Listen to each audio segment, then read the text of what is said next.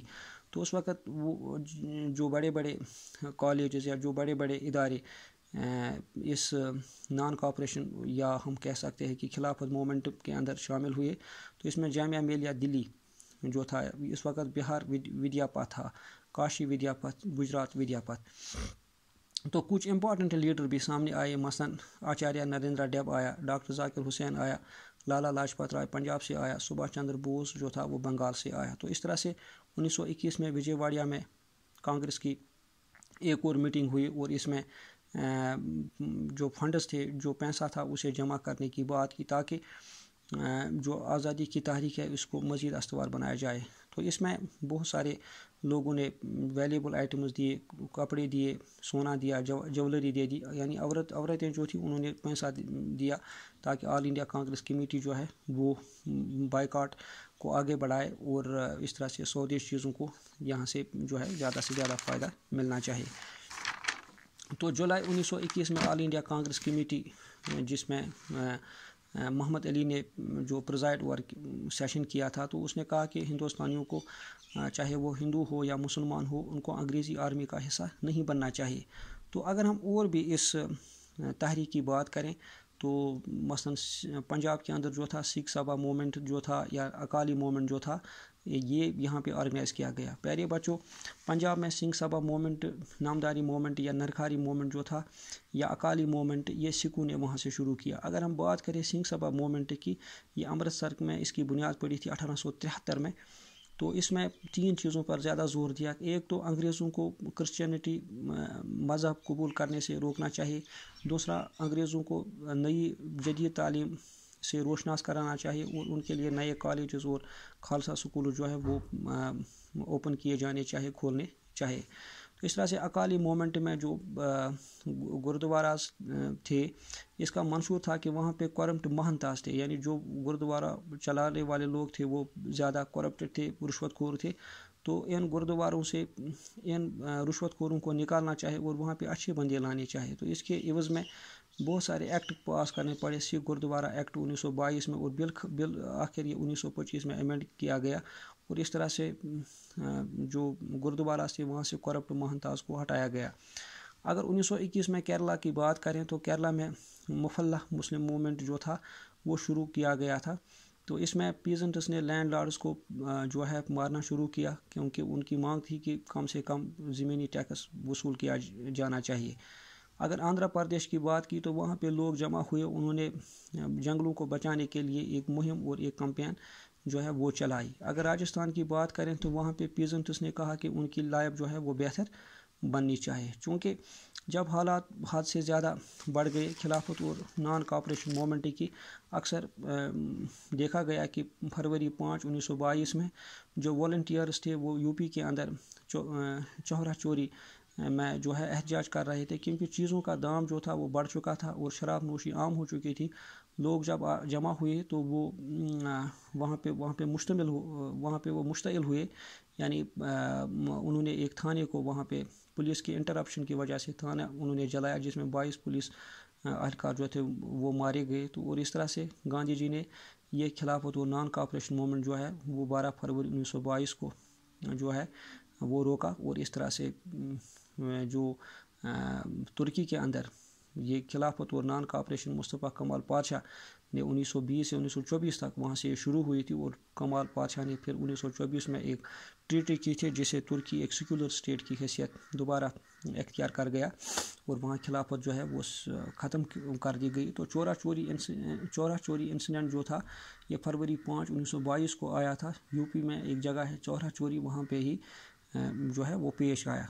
تو اگر ہم پیارے بچوں خلافت تحریک کی بات کریں گے یا خلافت مومنٹ کی بات کریں گے تو اسے ہندو اور مسلمان دونوں اکٹھا ہوئے ہندوستان چھوڑنے پر انگریزوں کو انہوں نے آمادہ کیا, انہوں نے مجبور کیا, اور اس میں فنڈز جمع ہوئے, اس میں کورٹس کا جانا بائیکاٹ کیا گیا, اور اس میں جو ہے کورٹس کے ساتھ ساتھ سکولز کا بائیکاٹ کر دیا گیا, اور اس میں کونسلز کا بھی بائیکاٹ ہو گیا.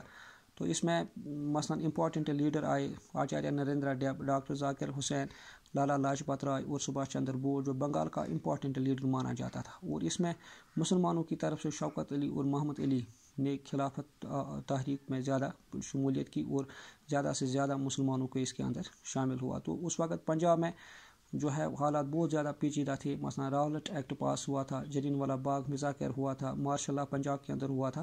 تو ان ساری چیزوں کے پس منظر کو دیکھتے ہوئے اس خلافت اور نان کاپریشن موومنٹ کو گاندھی جی اور دیگر لیڈروں کی جو اشتراک تھا، جو ان کا ایک دوسرے کا سہیوگ تھا، تو اسے مکمل طور پہ کامیاب بنایا گیا۔ تو اس میں پنجاب کے اندر یا کیرلا میں یا آندھرا پردیش یا راجستھان میں یا چورا چوری دلی جو ہوا واقعہ ادھر یو پی کے اندر، تو بالآخر اسے گاندھی جی کو جو ہے منسوخ کرنا پڑا۔ دیجیے اجازت، اللہ حافظ۔